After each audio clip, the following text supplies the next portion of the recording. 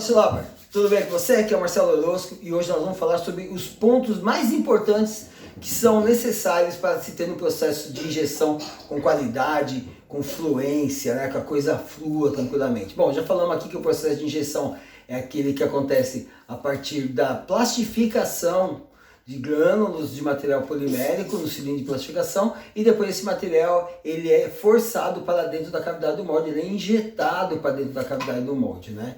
Nesse procedimento é necessário que a temperatura seja ideal para o material e que a cavidade do molde seja adequada. Bom, perceberam aí? Eu falei dessas três coisas que são realmente os pontos mais importantes que precisam ser cuidados no processo de injeção. Vamos rememorar? Cara, o material.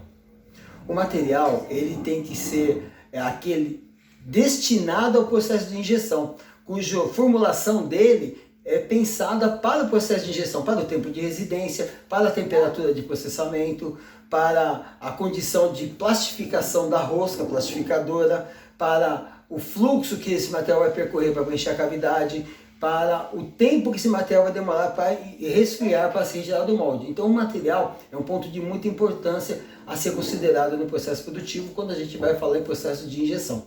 O segundo é a máquina.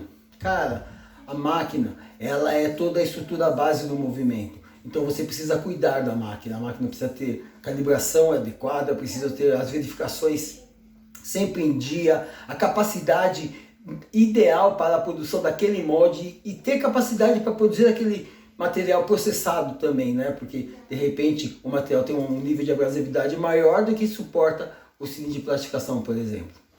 E no caso dos controles, a calibração é fundamental, tanto das pressões quanto das velocidades e das temperaturas. Senão, você tem todo o processo e o projeto pronto e a máquina não atende. E o terceiro ponto é o molde. O molde é a alma do negócio. Cara, eu conheço processos em que o molde é mais caro até do que a própria máquina. Então, manter a manutenção do molde adequada, ter um processo de produção em que o molde não sofra grandes pancadas, grandes variações, que ele seja concebido para suportar aquele material naquela máquina específica cuja capacidade é destinada a esse molde, que cabe a medida, que serve a pressão, que ele não fica... A máquina é muito maior que o molde, ou muito menor, que você tenha que criar certos esforços desnecessários. E o material de construção do molde, assim como os aspectos gerais da engenharia da construção, tem que ser concebidos para que satisfaça as condições do cliente, satisfaça as condições que o material requer, satisfaça as condições que o produto final requer. Se ligou aí?